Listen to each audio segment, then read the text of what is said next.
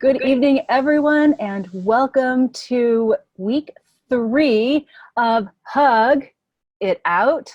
You have joined an online place to deeply connect and restore during COVID-19. I am your host, Jendi Watson, located on Bainbridge Island. We are just a hop, skip, and a jump away from Seattle, and we are one of the red zones of this pesky little virus that we're all dealing with right now. So if you're new, Hug It Out is an online place where we can all come together during this time. It's every Wednesday evening at 8 o'clock Pacific time, where we can anchor together and we have a reliable place. And I started this about 3 weeks ago, and I'm like, yeah, I'll do it every week through COVID. And I'm like, holy cow, I think this is going to be happening for a while, which is good because then I get to see you every week. And this is ultimately fueled by therapists and healers who are dedicating their time and gifting their time to you and me to all learn new things. So thank you to all those who are gifting their time. If you missed last week, it is on replay at my website, nalucenter.com, NALU center.com. We featured Brad Galvin, who is a trauma specialist in Seattle, Washington, and he brought us through a beautiful EMDR type of practice, which is one of the leading edge, cutting edge practices of healing trauma using bilateral stimulation of the brain. So that is something awesome that is on replay on my website from last week. And then week 1, I launched it with a mindfulness and presence education with also a heart inquiry mindfulness piece. And that is on replay week 1 as well. So having some dorky fun here in the therapy healing realm. So let's see here. Yeah, week 1 was wild. It was the first week of no school. And so, that was spring break for me, which was pretty successful. And then week 2, it was a new situation where we are mandated to stay at home. And for me, it was week 1 of, I'm just going to call it doing some work from home. It's definitely not unschooling. It's definitely not homeschooling. And there's a lot of, kids outside and screaming, and that's real too. So it's all real here. In our area, it is projected that we are going to peak cases in about 2 weeks or 14, 15 days. So if you're feeling things like overwhelm, boredom, panic, anticipatory grief, lost, confused, these are all supernatural responses. Sometimes you might be feeling all of that at the same time, which feels like overwhelm. So if you are feeling that, I do encourage you to find some kind of support outside of drinking wine and your bourbon stash. That could possibly feel really good to you.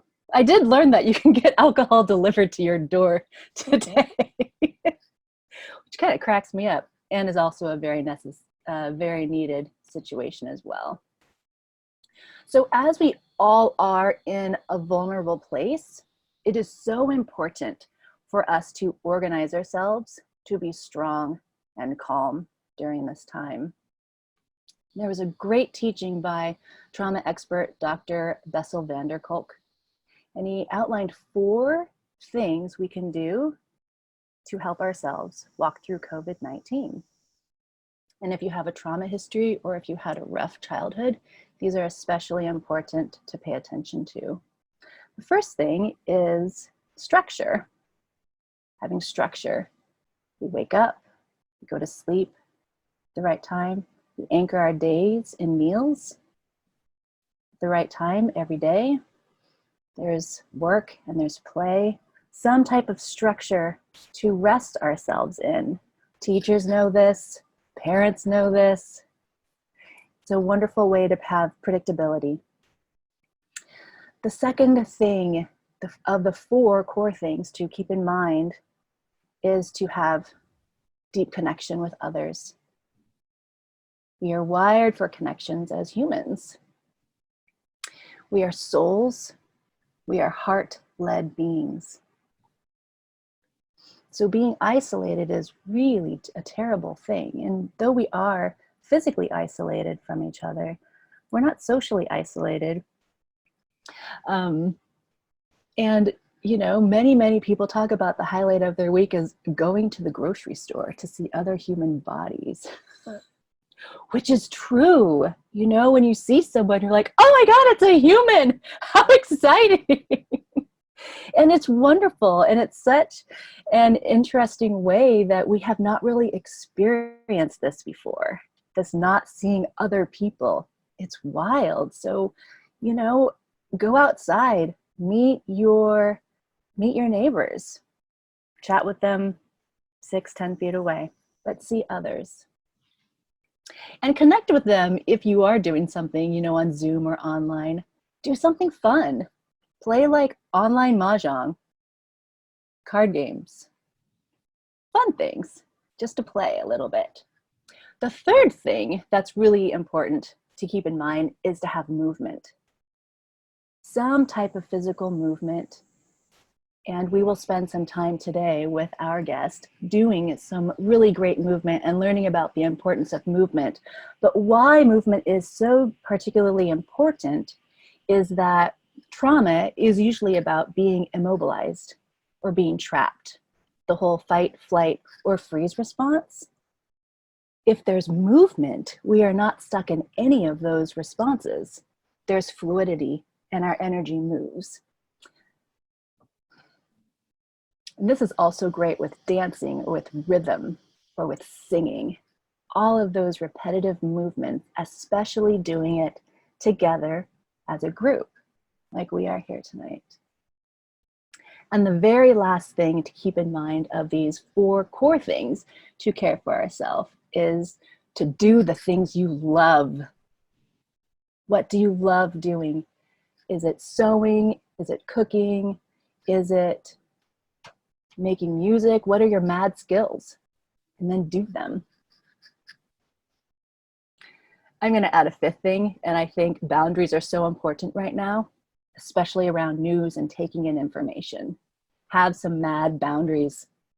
Have some fierce boundaries. If you feel blown up with the news, turn it off for a couple of days. It's still going to be there. And just figure out how much do you need to know. I've had great friends that said, Jendi, you're on Facebook too much. Get off. And I'm like, thank God for friends. You know, they can help me regulate myself too. So I am so thankful for our guest tonight. She is an abundance of deep knowledge. She is an abundance of joy. She is an abundance of love. And her name is Abby Rappoport. She is, outside of all of these fabulous things, she has a master's degree in Chinese medicine. She has over 15 years of experience teaching therapeutic movement, including Pilates, GYROTONIC, which I'm not even going to explain, and medical qigong. I've been taking her qigong online classes, and she's quite amazing. So I would love to welcome Abby to Hug It Out. Thanks, Jenny. That's so sweet. Can everybody hear me okay? Yeah, if you can't, yeah, okay, I'm seeing, most of you I'm seeing head nods. If you can't, just holler. And I just want to say housekeeping about Zoom. If you need to say something, you know, obviously raise your hand, we're a big group, but just press the space bar and you can talk and it will unmute you for the amount of time you're pressing the space bar. So if you don't know that, welcome to Zoom. I'm really honored to be here tonight talking with you all.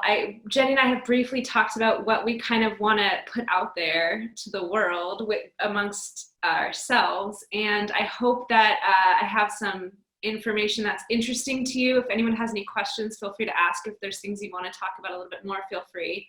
But we are going to do a little bit of movement tonight. And I know you guys are all looking so cozy and calm right now, but I do like to kind of start any lectures or talks I do with a little bit of movement because it's really important, and we'll talk a little bit about why. But without further ado, let's all stand up. So you don't need a lot of space. This is really easy. And qigong is a Chinese movement practice in Chinese medicine, and it's just moving qi or energy through your body. So when we have any kind of disease, illness, if we're stuck in any way, a lot of times our qi or our energy just isn't flowing through our body. So with qigong, we're just getting things moving. And so I just want to, if you learn nothing else from me, this exercise is called pulling down heavens, and it is the most important exercise that you could know. So go ahead and rub your hands together a little bit, just creating a little bit of fire. And I like to let my fingers come in between each other as well.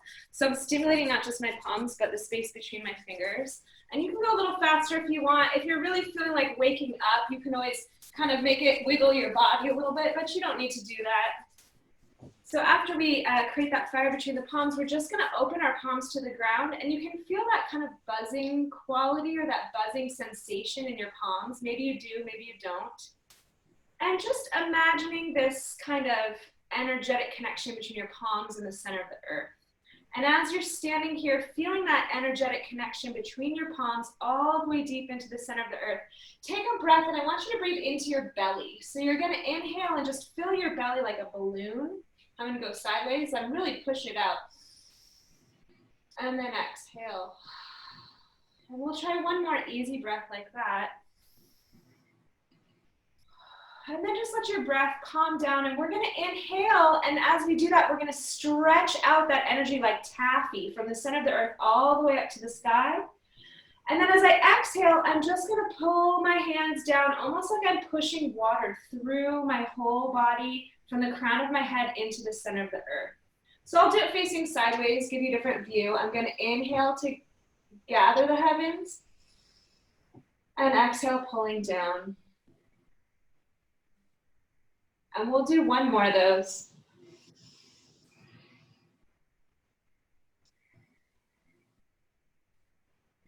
And just take a moment standing here, breathing easy. You don't need to push out your belly, but just find easy breath.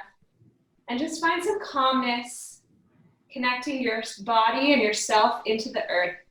And then you can go ahead and sit back down, and we'll do more movement later, I promise. But for now, we'll have a little chat. It's always nice to just kind of notice how your body feels after doing a little bit of movement. You don't really need to do a lot. You know, you don't need to take a whole hour-long class to feel better. So if you're working behind a computer, you're stuck all day, like pulling down heavens is a great exercise. And you could do it 100 times, you could do it once, you know, you could do it in the airport, whatever, but it's a great one to have in your back pocket. So. Nice. Yeah. Can I just let people know I'm in my wine cellar? Yeah. Which is next to my camping gear, because this is the quietest place in the house. So I'm like holed up on a ironing board as my desk, and yeah, it's hot. It's amazing. Yeah. So that's my workout room too, apparently right now. So Abby, one of the things when I first met you, I'm like, ooh, I just met someone really cool. And what I immediately felt was this great connection that you have to the earth. This great, and as I've gotten to know you, and I took one of your healing salve classes, which was so fun. Like you get herbs, you get plants, you get their medicinal qualities, and you get how they work. You're like, no, this one heals from the root up, and this one heals from the, from the top down. And I'm like, how do you know this stuff? Like, you just get herbs. And so I'm so curious, how did you get to where you are as this Chinese herbalist, acupuncturist in California? Like, how did you get here? Yeah. I was born midsummer in July. I studied dance in college. I grew up in severe suburbia in a town called Irvine in Southern California, which is which is little pink houses for days, and never really saw nature except things that were planted there by humans.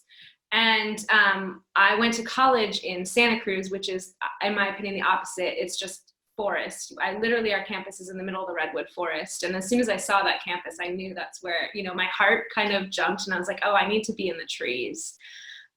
So when I was in college, I studied dance, and I majored in dance. And after college, did lots of things. But to make a long story short, I was, when you have a degree in dance, you are limited by what you can do with that to make money. And one of the things is becoming a Pilates instructor.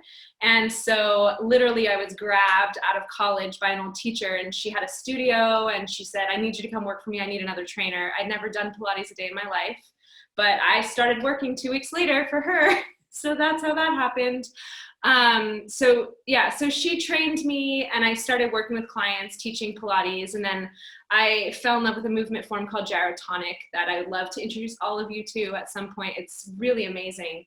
And so I fast forward a few years, I was living in San Francisco, running a dance company and dancing, and then spending the other half of my running a dance company, dancing, teaching Pilates, and then spending the other half of my time running the outreach and development portion of a small dance nonprofit theater in San Francisco. And I went to do a training in Florida, and my teacher, her name was Lita Franklin, and she was talking about how it was a gyrotonic workshop actually, and we were doing this movement.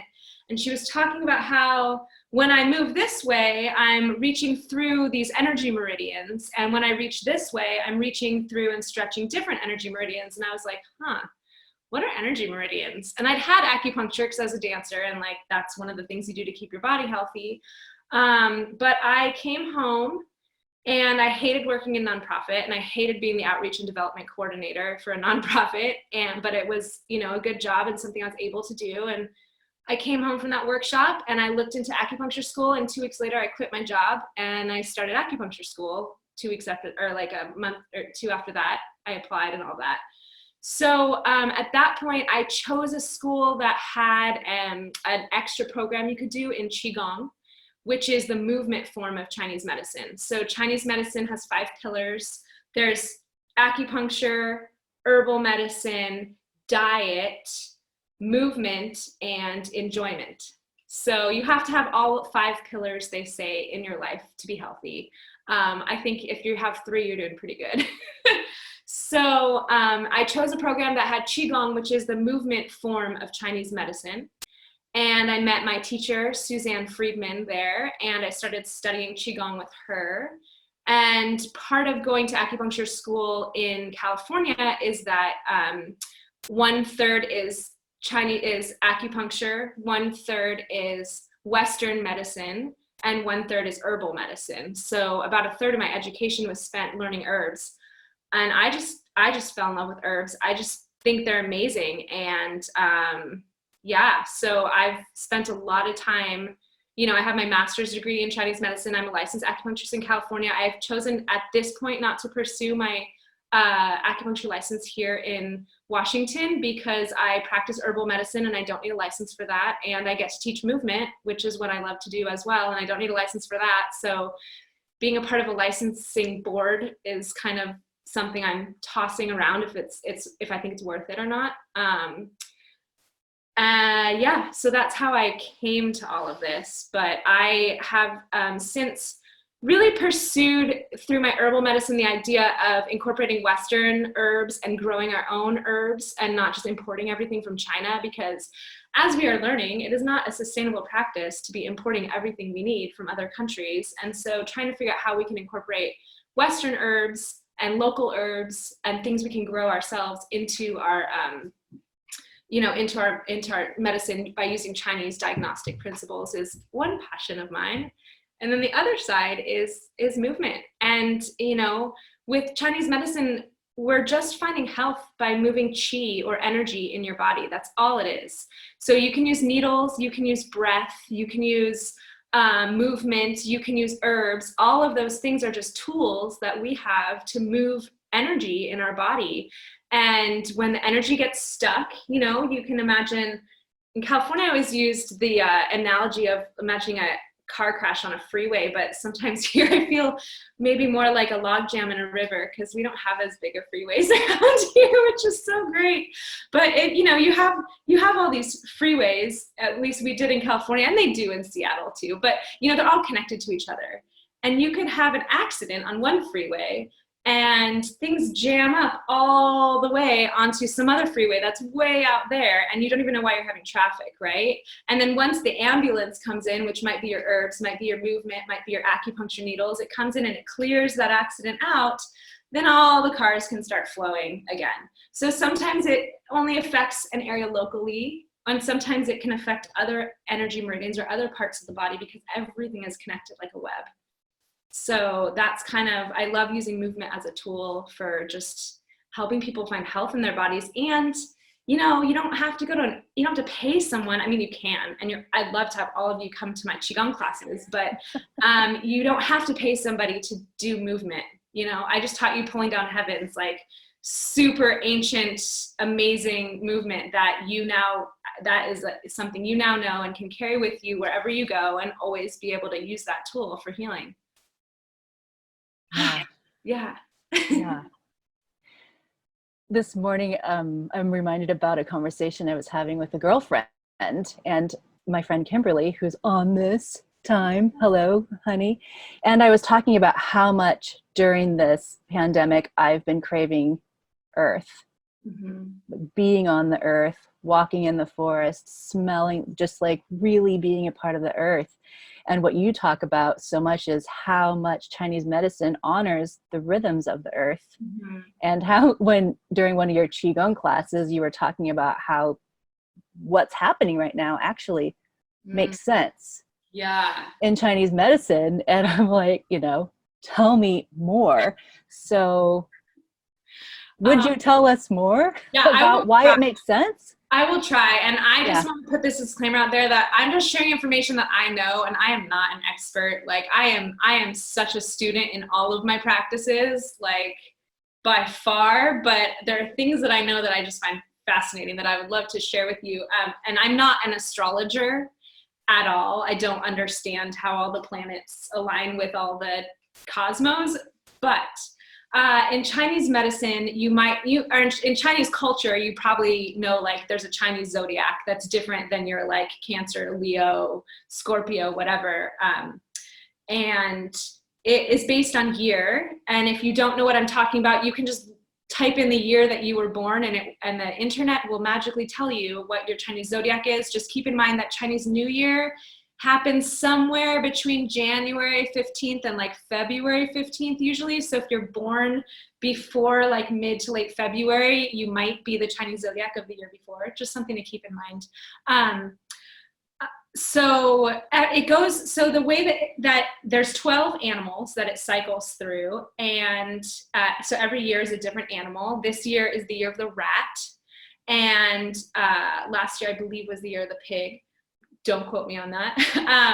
And yeah, it was an earth pig last year. And then it also cycles through yin and yang, which, you know, yin and yang are the balance of the duality of life, right, in Taoism. So one example is yin is more like earthly and inward. Yang is more like fire and outward. Yin would be cool and cold. Yang would be hot.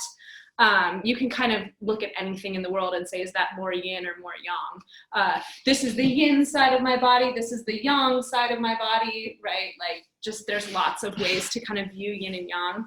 It was really confusing when I started Chinese medicine school. Know nothing about that, and other people did, but you learn. Anyway, not important. So it alternates every year. Is that true? It either alternates every year or every 2 years. Like, there might be 2 yin years and then 2 yang years. I'm not sure. But anyway, it alternates. And so we have the yin and the yang. We have the 12 animal cycle. And then we also have the element. So there's 5 elements in Chinese medicine. Earth.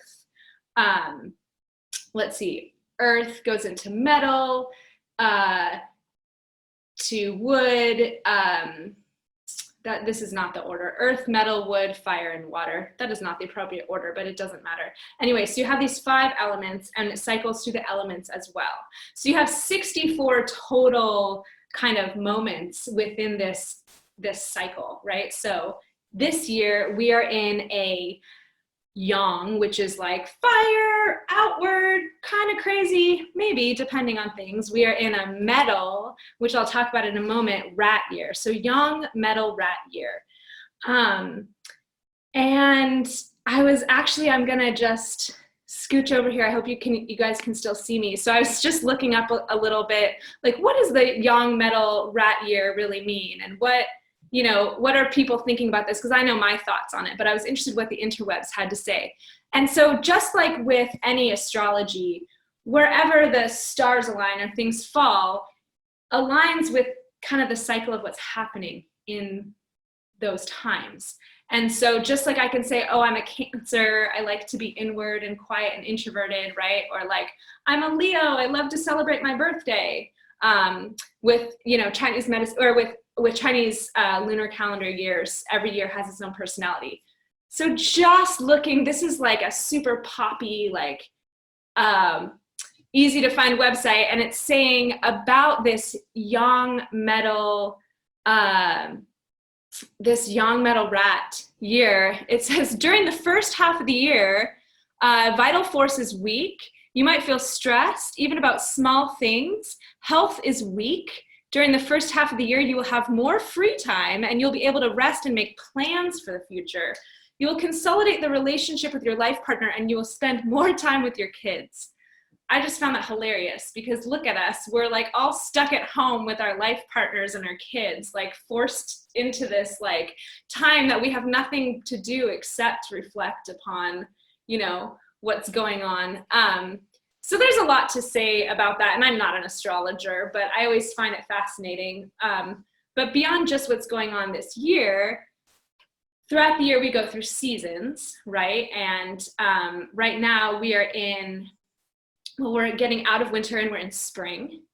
And spring is a very angsty time, right? Things are starting to pop out of the ground and everything's new and like kind of crazy and like, is it gonna live? Is it gonna die? Like, who knows what's happening? There's a lot of chaos, right? And I'm saying that about plants, not about, humans. But what I wanna stress is it's a really crazy time. And if we can embrace what's happening from like this, and I hate to say the word cosmic because it sounds so woo-woo, but if we can embrace what's happening from this earth cycle and really recognize that right now, like things are crazy, and they're crazy because that's part of the cycle of the earth and what's happening right now, it almost makes it a little bit easier to swallow, like an easier pill to swallow, because okay, this is a crazy time, but this is also going to pass, right? We're going to get into other seasons and the cycle will continue. This craziness I feel inside and that I'm getting from, exterior from the world isn't going to continue and this isn't going to be forever. And I think that's really important to recognize. The other thing that I do want to say about cycles before we move on is just that, as I mentioned, this being a metal rat year, each element is associated with a different time of year. So metal is actually the time of the fall where things start to decay and, kind of go inward, which is very much what we're seeing with this kind of COVID stuff. As far as the actual disease itself, it creates kind of this decay in the lungs inward, but also metal is the element of the lungs. And so we're actually seeing this direct impact of this really aggressive metal lungy like rat year. And it's happening in the springtime, which is like making everything crazier. Like there's a lot going on here, cosmically. And I really want to just honor that because it's intense. And the irony of the fact that it started in China during Chinese Lunar New Year, which is the first day on the Chinese calendar of spring. And then it came here on the first day that we celebrate spring. it's just interesting to notice and to be aware of. That's all. I hope that makes sense to people, because I find it really interesting. And so as we go into summer, that heat gets to express itself in the height of summer, and then, it fades away. Like it's not going to be this crazy forever. And as Jen even mentioned, like, we're expecting the peak in 2 weeks, and then, we'll see some shift. It's constantly shifting. And so if nothing else, Chinese medicine has taught me that everything is always in flux. We can always shift the direction of qi. We can always shift how things are affecting us emotionally and physically. And so, yeah, hopefully, tonight we'll do some movement to kind of learn some tools for shifting how this outward qi is affecting us. Does that answer your question? Yeah, I think for me, when you were sharing that with me, it was this, I mean, I think my mouth just hung open for a while of, the natural ways that things move. Mm-hmm. And there's a comfort in that. Yeah. And there was a sense of belonging, that we're exactly where we need to belong or are right now. And a trusting of sitting in that place of really unknown, but kind of known. Yeah, right? Like, it's unknown, and like, I don't know who's going to win the presidential election, right? Like, it's going to be a peaceful time for some and chaotic for others, depending on which side of the scale you sit on. But what I do know is it's always changing and it's always shifting. And I think that that's just something to really honor and remember, because it feels so real and so forever when we're in it. And exactly. We're in a the spot ocean of doesn't time. just ebb, it also flows. And it has to keep doing that, or else, Exactly, which I love about your practices of keeping the movement, keeping life through movement. Yeah. So I don't know if we have time for Q&A right now, or if we want to move into one of your practices. Well, does anybody have sense? any pressing questions Yeah. they want to ask? I'm happy to or we can wait till the end if that feels better for people. If anyone has any specific questions that I don't even know, answer about Chinese astrology, but I hope that makes sense. And maybe it sparks some interest for folks to, if it does, to dive into your own research. And I'm happy to give you resources that are more reputable than ChineseAstro.com or wherever I found that brief snippet from, which I'm sure is a great website. I'm sure it is. It'll tell you that you're very auspicious and going to make lots of money. Cool. Okay. I love talking with you because my cultural background is half Chinese, and I didn't actually learn a lot about my culture because my grandparents spoke very little English. And so the amount that I learned was through Mandarin class at the University of Washington, which was not the dialect that my family spoke. I love it. But the written language was the same.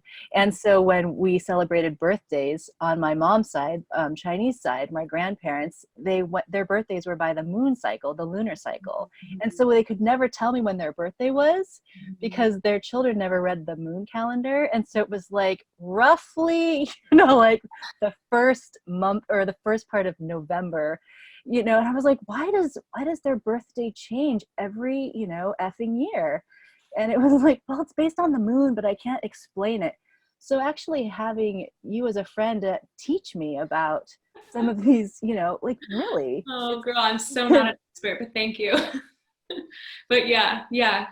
No, I hear you. I'm trying to thank you for what you're sharing with me. Thank you. I know. Yeah, it's really, and Chinese culture was not like any reason I went to acupuncture school. I really was just like, oh, movement and meridians. What is this? Let's find out more, Yeah.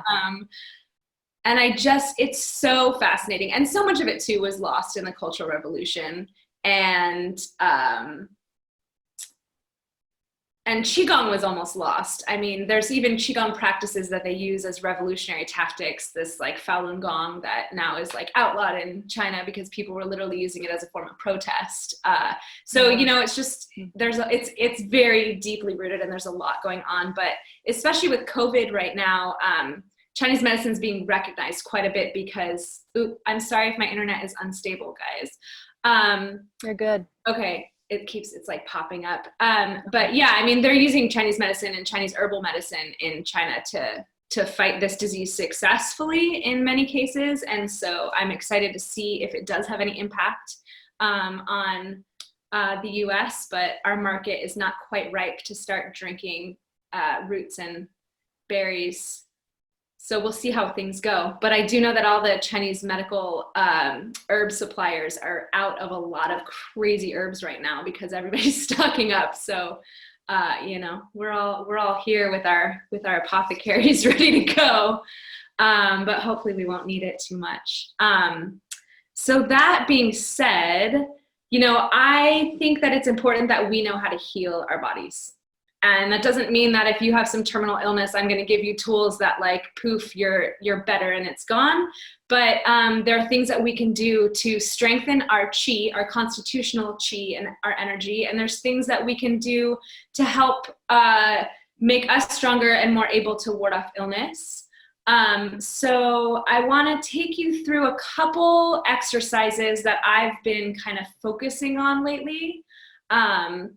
Just to give you guys some tools and see what feels good to you and things that you want to, you know, maybe bring into a daily practice. But if nothing else, you know, and I have a couple of my students here tonight as well, like I'm teaching movement classes almost every day right now. And really, I do it because I love teaching, but I do it because I need to be moving every single day. And if I'm not teaching my classes, I might skip that day. And I might not do movement that day. And then I don't feel so good. And then maybe the next day I don't really want to do it because I'm like kind of out of practice. You know, it's really easy to fall out of it. And so I just recommend, as Jendi was talking about, having regularity in your schedule. You know, get dressed every day, have your meals at a reasonable same-ish time every day, go to bed, wake up, you know, at a reasonable normal time.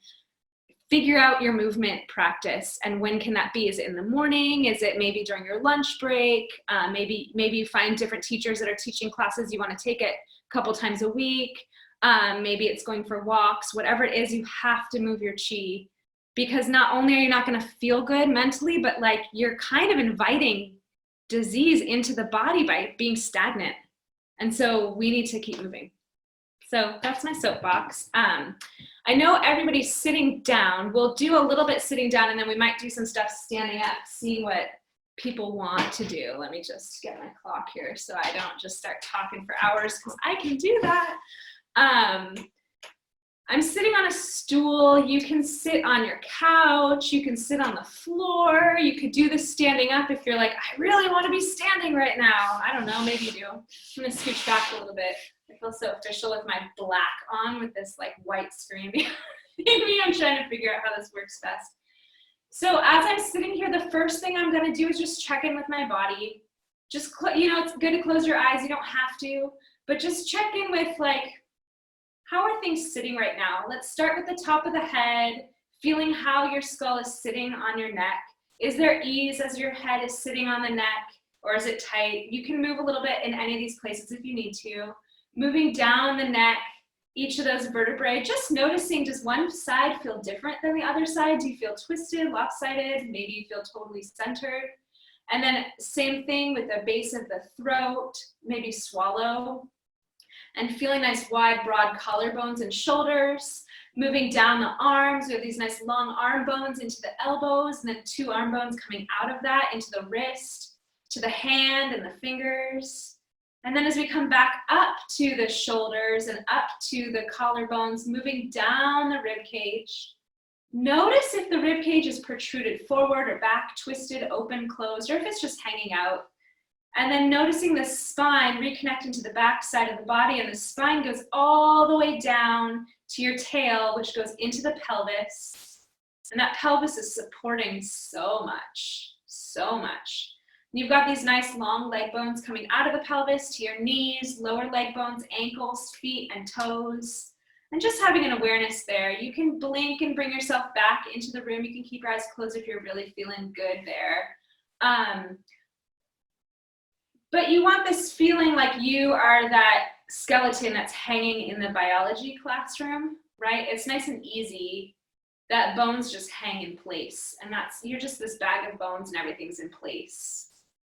And then go ahead and you can place your hands on your low belly, and we're just gonna take a deep breath and fill your belly with a nice inhale. And as we exhale, we're gonna say the word ha.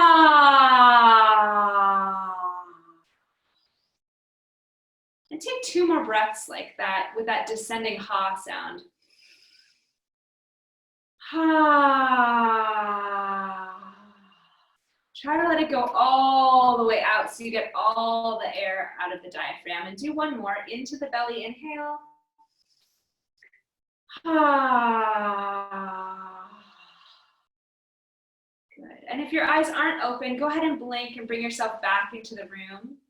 Hands on top of your knees. So there's different sounds that are associated with different organ systems or meridian systems or just parts of the body. So the ha sound, it goes to the heart. You know, it's like a big sigh, ha, right?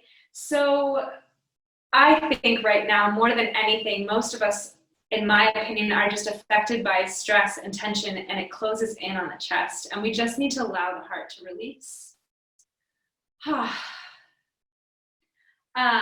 So I love that ha sound to start with. The second thing I want to do is just show you an easy breathing exercise. I'm trying to think, let's go rib cage first and then we'll do the breathing. So we've opened up the heart, we've released the heart a bit, and the next thing that is constraining or keeping us stressed is our liver. This isn't your real liver, it's your Chinese medicine liver, I call it, or it's like the energy or the qi of the liver meridian. So the liver channel or the liver meridian in Chinese medicine travels down the sides of the body. It kind of zigzags down the rib cage. Sorry, I get this little screen popping up because my computer's old, so I'm confused.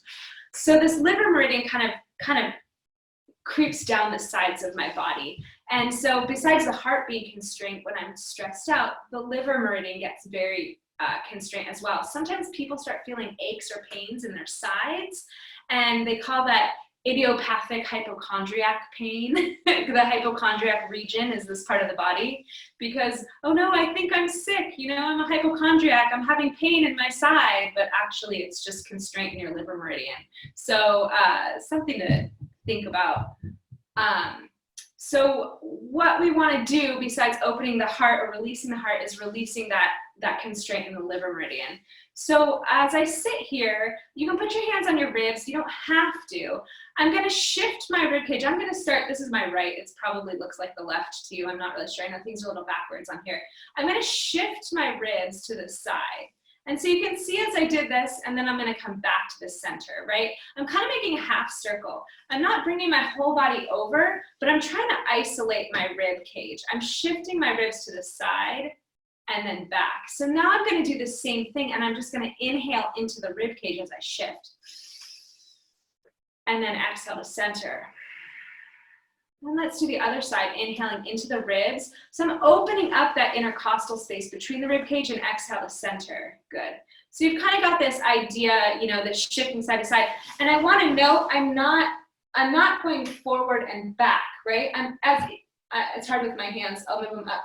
As I shift side to side, you can see that I'm not moving forward and back. I'm really working on the sagittal plane. So what I'm going to do here is I'm going to bring my arms straight up to the ceiling, and my hand is like making a blade. Let's see, I can move back more so you can see more of my body. So here I am, my hand straight up to the ceiling. And I'm going to inhale into my rib cage. I'm using this hand on my knee to support me, and I'm going to exhale, and I'm going to side bend with a nice exhale. And as I do that, I'm supporting my body with this other hand on my knee or the bed or my chair, whatever. Hang out here and inhale again into the rib, stretching out those upper ribs or those side ribs here. And then exhale, bring the hand down and then bring the body up. I do that because of physics, right? It's a lot easier to do this than it is to come all the way to here. And it sounds arbitrary, but that can actually pinch the spine a little bit, which we don't want to do. So let's try the other side. I'm going to inhale into the ribs. And then I'm going to exhale, and I'm going to support my body as I side bend, opening the rib cage. Hang out here and just inhale right into those ribs. And exhale, arm comes down, sitting up. Good. So I feel great after doing just that, honestly, but we're going to add the healing sound. I'm going to do the same thing, and the sound of the liver is shoo. So just like we did with the ha sound, I'm going to do a descending shoo sound. So I'm going to inhale into my ribs, and as I exhale, I'm going to shoo. And then I'm going to inhale into the ribs again, and exhale coming up.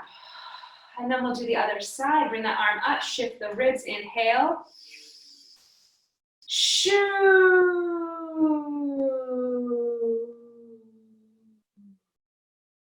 Inhale into the ribs, and exhale, bring the arm down and come up. Let's try one more to each side just so we can really learn that movement. I find it to be really important. Inhale into the ribs, and exhale, shoo. Go as low and deep as you can. Inhaling into the side body, and exhale, coming up. Last time on the other side, shifting the ribs, inhale, and exhale, shoo.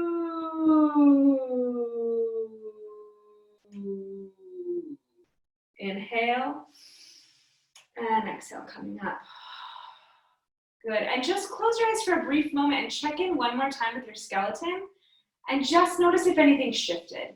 Think about those places that were stuck or felt off, and just notice if anything shifted.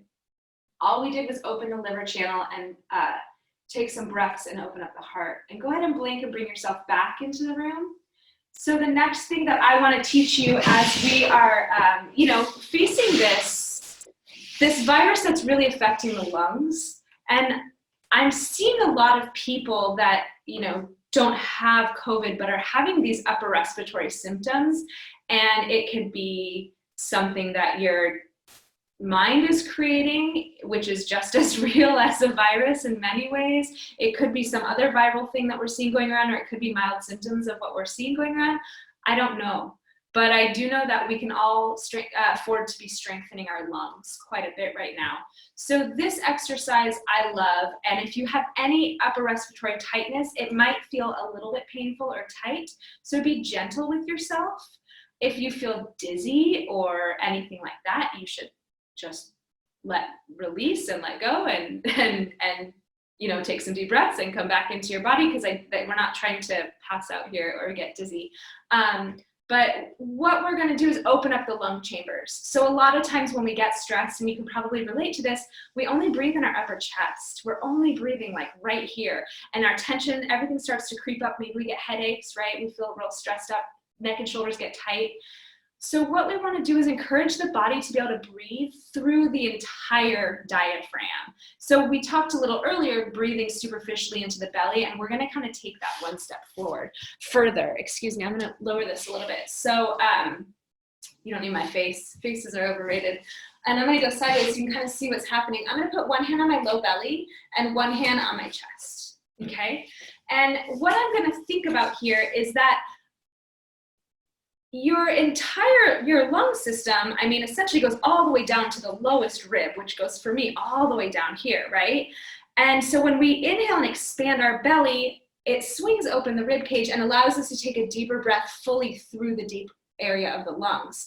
When we don't, I'm not asking you always to be walking around breathing into your belly, but have an awareness of that. Most of the time, we're just breathing into the upper cavity of the chest. So I think about this as like two big balloons. You have your upper balloon and your lower balloon. And a lot of times right at the sternum, at the solar plexus, there's almost like this band that constricts and it keeps it tight. So it's kind of like this figure 8, right? We've got one big chamber here and one big chamber there, and then it's cinched together in the middle. So what we're trying to do with this breath is we're trying to open up that cinching, and we're trying to open up the whole abdominal cavity so we're able to breathe easily and fully through both upper and lower chambers of the breathing system. The way we're gonna do that is, well, I'll get into that in one moment.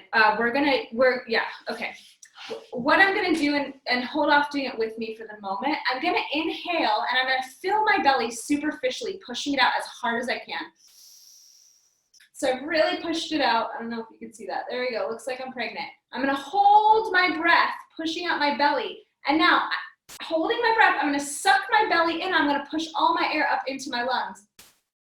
And then I'm going to push all that air back down to my belly. And I'm going to do that 2 to 5 times. And then I'm going to exhale and let it relax. So by pushing the air up and down, upper to lower, it's like a pendulum. You know those pendulum rides that they have at the carnival that's like a dragon swing, right? That goes like this really smoothly from one side to the other. We're kind of using the breath like that dragon swing to try to open up that cinched area in the solar plexus. So let's try it together. We're just going to go 3 times. We're going to go start in the belly. It's going to go chest to belly, chest to belly, chest to belly, and then we're just going to exhale. If you need to stop, just exhale and take an easy breath. And you can also do this lying down if that feels better to you, but I don't recommend doing this standing up. Okay, so here we go. We're going to inhale into the belly and fill that belly. Hold your breath and swallow 1 time. The hardest part is just to hold the breath. And here we go. We're going to suck in the belly, pushing it up into the upper chest and back down. And again. And down. And 1 more time. And exhale. And take an easy breath. Weird, right? So we're going to do that 2 more times. And you're welcome to do it more than the 3 times. You can go like 5 times, as many times. You can challenge yourself if you're really that kind of person. I don't know. But, you know, this isn't about passing out. This is really about using our own breath to open up our center chambers. And if you do this and you have any lung constriction, you will feel a huge difference. I can promise you that. So here we go. Again, we're going to breathe into the low belly. Hold your breath for me. I like to swallow 1 time. And I'm going to suck the belly in. Here we go. Pushing it up into the chest and back down. And again. 1 more. And exhale. And then easy breathing. This is intense and this is hard. Good. Last time all together if you're up for it. If not, then just hang out. Here we go. Into the belly. Swallow, hold that breath. And pushing it up.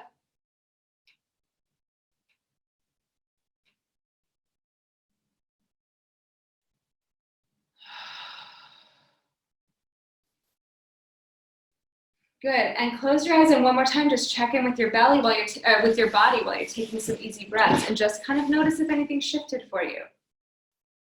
Notice if your breathing feels at all different. It might, and it might not, and that's okay.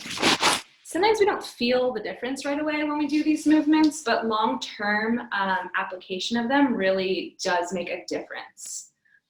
And then the last thing I want to show you is kind of I want to show you 2 more things. Do we have time for that, Jendi? Okay. So, you know, this is I'll call it qigong exercise. I don't know. I've learned it in a lot of different places, but essentially it probably is rooted in Chinese medicine more than anything. I have this like crazy, I feel like a mime or something with this black shirt because you can't see my contours. So underneath, let's see, here's my collarbone, okay? And if I bring my shoulder forward, it makes that big dip right there. So this space right there, that is the source point of my lung channel. That is lung 1. So this is a really great point, like, if you have any cough or chest congestion, right, you might rub, well, some people use that like Vicks stuff or like some sort of like camphor-y, I'm thinking of, what's that plant, eucalyptus, right? We might kind of rub that there. Don't use essential oils straight on your skin, always use something else to cut them with. But if you're, you know, so this is the source of the lung channel, and this point can get quite sore when we are affected in any way in the lungs. And the coolest thing I saw, too much time on the internet, but these nurses were like showing how to break up phlegm. These pediatric nurses were showing what to do when kids have pneumonia and how to break up phlegm. And they were doing this. And they were doing it on the front of the body and the back. We're only going to do it on the front of the body because it's really hard to do it to yourself on the back. But it was super cool to see that nurses in hospitals were like, oh, we do this all the time to break up phlegm. I was like, yes, I love it when this stuff makes mainstream. because it's so easy to do. It's so easy. So I'm gonna take my hands, clasping them together. My thumbs are like volleyball, right? I don't play sports, but I imagine I'm playing volleyball here. It's probably not, you probably don't wanna do that. You probably, anyway. Okay, so I'm gonna come right into that hole, that lung 1, and I'm gonna inhale and I'm gonna pound pretty aggressively. And we're about to go to bed, so be gentle on yourself. You don't wanna move your chi too much right before bed. And then as I exhale, I'm gonna make a necklace across my neck, or across my chest, I'm sorry, not my neck. And then to the other side, other lung 1, other side, inhale. And then I'm gonna exhale, coming across the chest. And we'll try that one more time on each side, inhaling into that lung 1, and exhale. And you can do this as aggressively as you can. And if you're affected in the lungs, you wanna be pretty poundy. Inhale, and then we exhale, making that necklace. So this is super easy. And then you can also, you know, you can go on the sternum and you can come up and down the sternum as well. And then, you know, sometimes I'll just kind of be gentle here, drawing that energy down. I say down because when we break up phlegm, like some of it gets absorbed and then comes out of the body that way, and then some of it we cough out, right? So both things we want. This is something if somebody in your body, but in your household is affected, you can pound on their lungs in the same way on their back and have them do this as well on their front, and it's really effective. And then the last thing, so just to kind of go over what we've learned, we talked about pulling down heavens in the beginning, and we'll do that again at the end today. We just breathed into the belly and exhale with a ha to release the heart.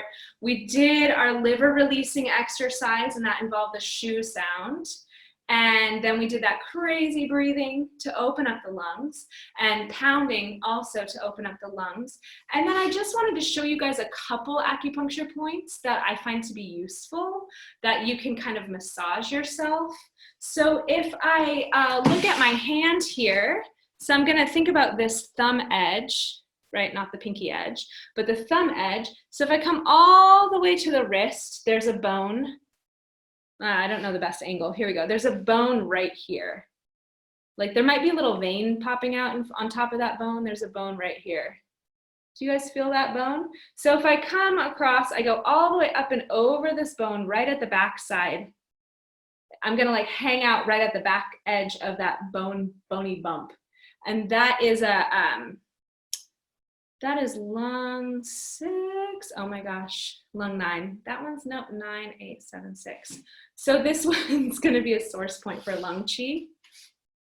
And so this is a really good point. You can just massage it. It'll help to strengthen your lung chi. It also helps a lot to stop coughing. So I'm just taking a finger and I'm not really doing much. I'm just kind of rubbing it back and forth. This point, I'm on the side of my wrist, right on that. I feel this bone bump, and then right as I come off the bump, it's right there. It's not really tender. It's not a big tender point, but it's a good one to massage for opening up the lungs. And so I might spend, you know, 30 seconds or a minute massaging that one, and it couples with a point that's on my foot called kidney 6. Let's see. Oh, you can all see my legs. Okay, so sorry, there's a funny pattern because I was wearing wool socks. So here's my ankle bone. I'm trying to make this as clear as possible. Can I get higher? That light is terrible. Here's my ankle bone, okay? So I'm coming just below the ankle bone, just like I came just below the bump of that bone on my wrist. And I'm just gonna, there's like a little divot right there, and I'm just gonna massage right below that ankle bone, just right the medial side, the inside ankle bone. And I'm just gonna massage it a little bit. Same thing with my wrist. And so those 2 points couple together to open up the lungs and to stop coughing. I find that to be really useful. It's not, acupressure is not gonna be like magic, but if this is something you did every day, it would help to tonify the lungs and strengthen the lungs. And this is a kidney point. Kidneys and lungs work together. I won't get into it right now because we don't have time, but I'm happy to answer any questions you have about that in the future.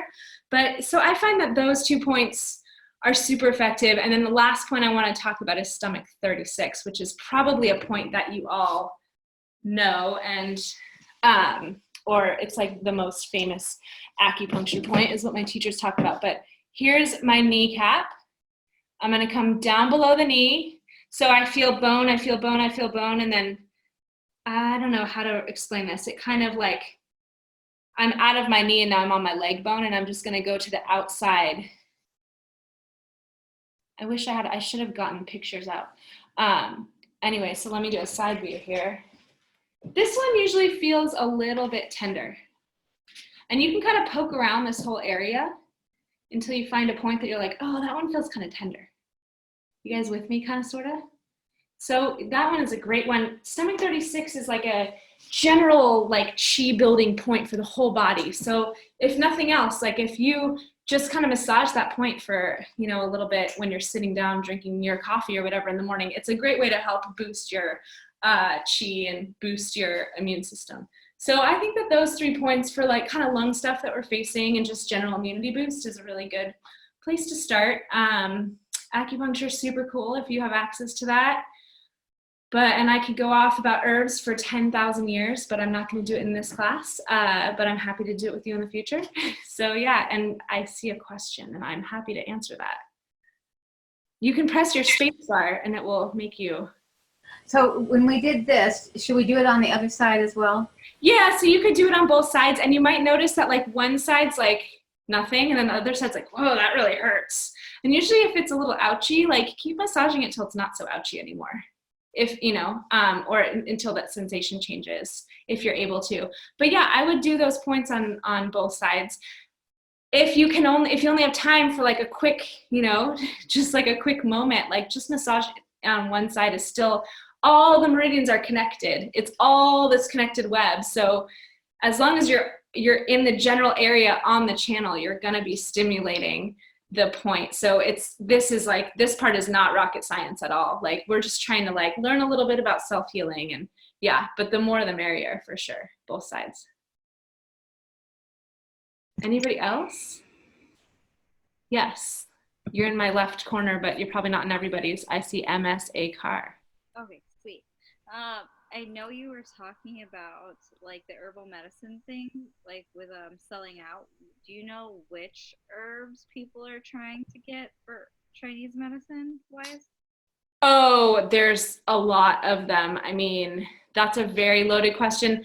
So Chinese medicine is not, it's not like I have a headache, take some Advil, right? It's looking at everybody's specific constitution of what's going on in their body in that moment and treating it. So there's some herbs that are pretty generalized that are working toward like opening lungs and clearing this very specific kind of phlegm that people are having. Honestly, the most common herb that I'm surprised is selling out right now is purple perilla leaf, which you guys can totally grow. And the stem of the purple perilla plant, like shiso, is super good at opening the lungs. Another herb that's really good at opening the lungs is rosemary, and that one's not selling out. We don't use that in Chinese medicine so much, but it's quite effective. So yeah, I mean, there's lists. It's a lot. Yeah, that was the most surprising one.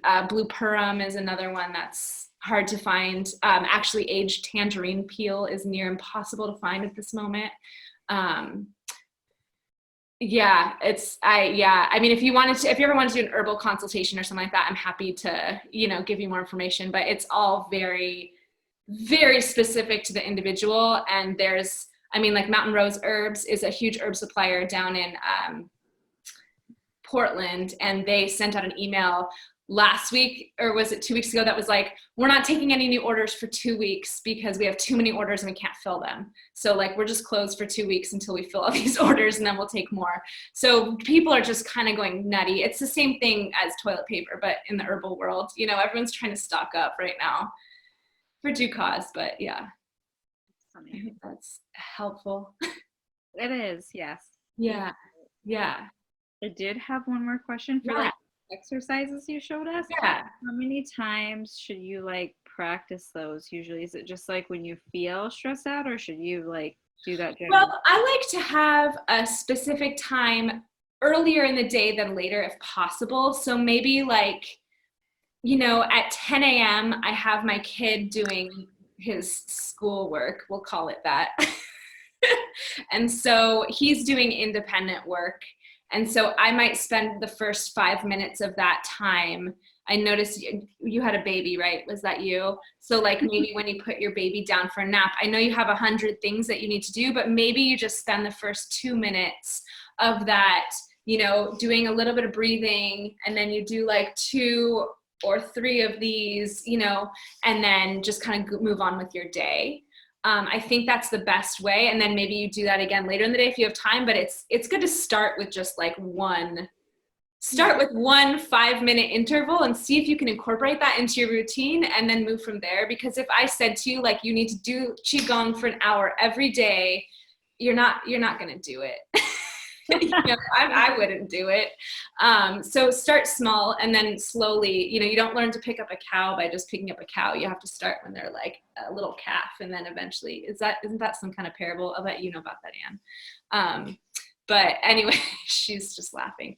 Yeah, so just start small. And I teach qigong on, oh gosh, it's late and I have to think. Let's see. Monday and Thursdays. Monday and Thursdays, yeah, at noon. And so I'm happy to have all of you in the class with me if you want. It's an hour-long class, and it's $12, but it's also pay what you can. So if you're feeling like that's not feasible for you right now, I'm happy for you to just come and be a part of my classes. Just let me know. But you can find information about that. Yeah, I teach qigong twice a week. And you know, doing an hour of qigong twice a week is a pretty good place to start, or even just once a week, and then doing some stuff for 5 minutes here or there is a great place to start. But we can't just don't bite off more than you can chew, or you'll just feel overwhelmed. For sure. Okay. Yeah. Cool. Yeah, I have all that info on my website, which I think Jendi has linked, but it's abbyrapp, ABBYRAPP.com. Okay. All right. Yeah. Thank you, Abby, so much. Yeah, thank you guys for coming. I feel so honored to have all of you, some who I can see and some who I can't. Yeah, those exercises, they seem so simple, and then they're profound. Yeah, they're quite profound. They're totally profound. And, you know, it's stuff that I've pulled from a lot of my different movement practices, but I found those few exercises to really shift things for me quite a bit. Yeah. And so I just, you know, I've got hundreds more. I'm happy to share whatever you guys want. Feel free to, you know, I do movement sessions, and, you know, I'm doing private, like, what is this called? Zoom stuff now. But I just want people to move and find movement that works for them, which is why I teach so many different movement theories, because what works for one person doesn't work for someone else. But the qigong stuff, there's a reason that people have been doing it for, you know, 3,000 years. Yes. And I have been loving your qigong classes, and I highly recommend them. They are wonderful. Even the children will participate. Abby, you're getting a bunch of powerful exercises. Thank you for sharing your passion. Thank you so much. I love it. So I really want to thank you for being willing to come here and gift your time to all of us, to share your passion and your love to all of us so late on Wednesday night. So thank you, thank you, thank you. Anytime. Thank you guys for coming. Yeah. And I hope to see you all in my life again soon. Sounds great. Next week, friends, we have a fabulous person also joining us. Her name is Kimberly Bianco. She is a somatic therapist who uses Hakomi therapy, hypnotherapy, and mindfulness. She's also a life coach, and she does massage therapy on the side. She will be joining us. She specializes in chronic pain and managing chronic pain and thriving through chronic pain. But next week, she will be offering us an exercise of deep connection and belonging in a time of great social isolation. So I'm very excited to have her. She's also in our little group right now. I'd like to close with a small quote from Bruce Lee. Notice that the stiffest tree is most easily cracked, while the bamboo or willow survives by bending with the wind. Good night, everyone. Sleep well. See you next week. Night. Thank you.